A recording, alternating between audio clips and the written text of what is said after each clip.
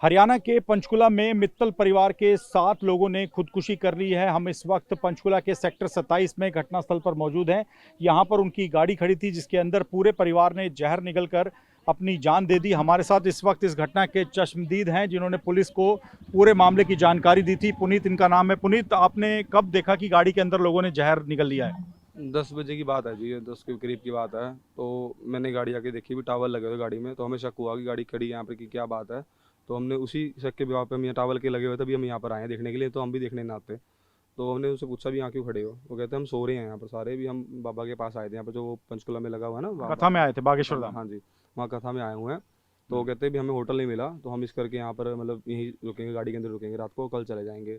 मैंने कहा आप यहाँ से गाड़ी हटा के आप कहीं और लगा लो, यहाँ पे क्या कहते हैं भी फैमिली वाले हैं, मार्केट में लगा लो। तो ये फिर बात हमको किससे हो रही थी आपकी? परवीन मित्तल से? परवीन मित्तल से बात हो रही थी, उस टाइम वो ठीक थे। तो उन्होंने कहा भी हम गाड़ी वहाँ लगा लेते हैं, तो उन्होंने लगाने लगे थे गाड़ी वो, मैंने उनको एकदम रोक लिया दोबारा, क्योंकि गाड़ी में स्मेल आई मुझे एकदम, क्योंकि गाड़ी में से बहुत मतलब गर्माहट आ रही थी, गर्म हवा आ रही थी, और गाड़ी में से क्या कहते हैं बदबू बहुत आ रही थी। तो मुझे शक हुआ, मैंने कहा जी रुक जाओ। तो मैंने उनको कहा चाबी दे दो आप, और अब गाड़ी से बाहर आ जाओ। मैंने चाबी ले ली उनसे, गाड़ी से बाहर आ गए, मैंने उनको वहाँ बिठा लिया। फिर मैंने टॉर्च जला के देखा, सब ने एक दूसरे के ऊपर वॉमिटिंग करी हुई थी। मैंने सबको हिला के देखा, कोई नहीं हिला था।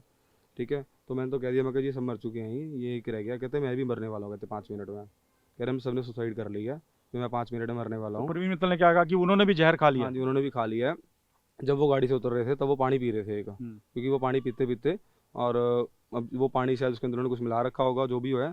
तो वो पानी पी के वहाँ बैठे, वो 5 मिनट के अंदर वो भी नीचे गिर गए थे। फिर उसी टाइम पीसीआर आ गई थी, हमने पीसीआर में बिठाया, उनको लेके चले गए थे वो। तो एम्बुलेंस नहीं आई थी, पीसीआर तो आई थी। तो ये वो कथा में आए हुए थे, ये उन्होंने खुद बताया था आपको? कथा हम बताया था उन्होंने, अब यहाँ आए हुए थे, कहते हैं हम और होटल नहीं मिला इसलिए यहाँ आराम कर रहे हैं? होटल नहीं मिला, यहाँ आराम कर रहे हैं, हम सवेरे कह रहे चल जाएंगे। फिर मैंने कहा जी आप गाड़ी हटा लो यहाँ से, आप मार्केट में लगा लो गाड़ी। तो फिर पुलिस जब आई तो फिर आपने क्या बताया पुलिस को? पुलिस को यही बताया हमने कि ऐसे ऐसी गाड़ी खड़ी है जी यहाँ पर एक, उसके अंदर बॉडी है, कई 7-8 बंदे हैं। मैंने कहा उसके अंदर 6-7 बंदे हैं, तो आप एक बार आ जाओ। तो वो 2-3-4 मिनट के अंदर आ गए थे यहाँ पुलिस वाले। तो क्या आपको लगा ये सुसाइड का ही केस हो सकता है या कोई और कहानी भी हो सकती है? सुसाइड है, उन्होंने खाने में डाल के सुसाइड किया, क्योंकि उन सब ने वॉमिटिंग करी हुई थी।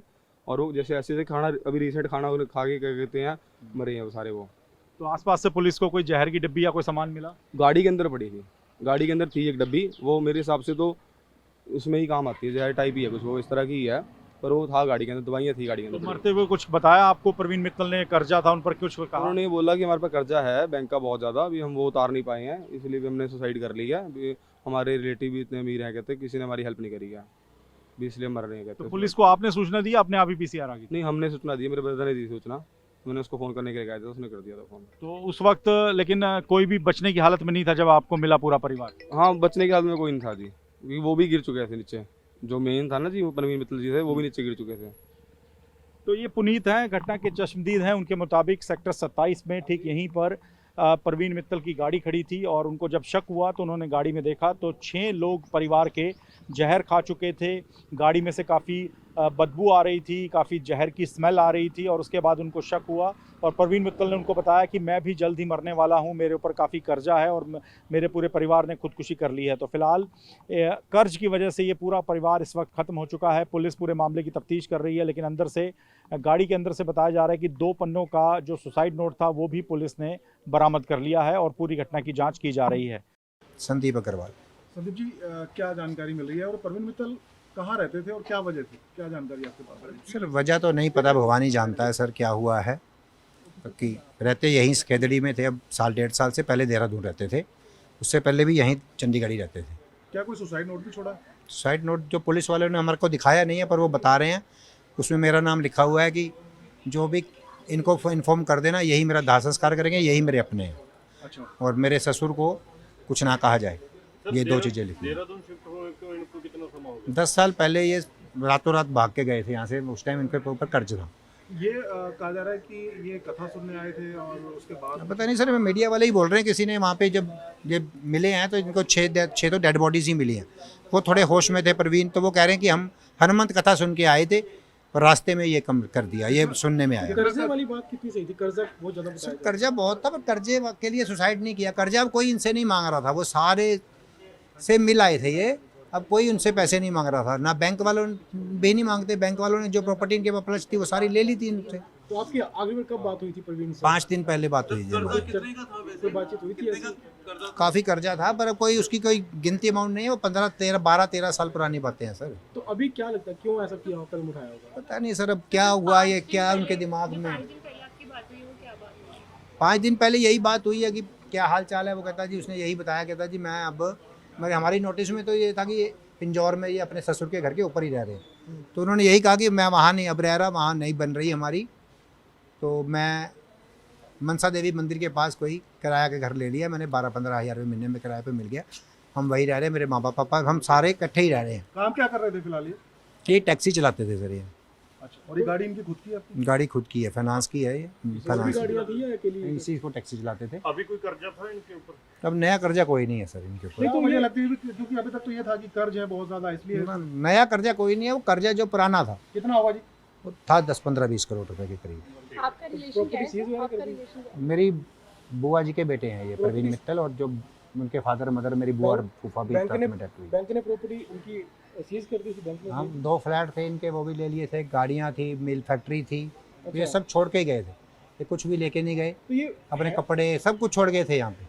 यहाँ के रहने वाले हैं कि उत्तराखंड के रहने वाले हैं? ये पुराने वैसे तो बेसिकली हरियाणा में बरवाला के रहने वाले हैं, कौन सा बरवाला हिसाब है आपका? हिसार से पहले बरवाला। अच्छा, तो यहाँ फिर बाद में उत्तराखंड चले गए बाद में? उत्तराखंड तो ये बताया ना, जब क्राइसिस आ गए तो लोगों ने, इन्होंने कुछ आदमी थे, कुछ इनको धमकियाँ दे रहे थे कि आपको हम गोली मार देंगे। अच्छा, तो ये वे रातों रात छुप के देहरादून भाग गए थे।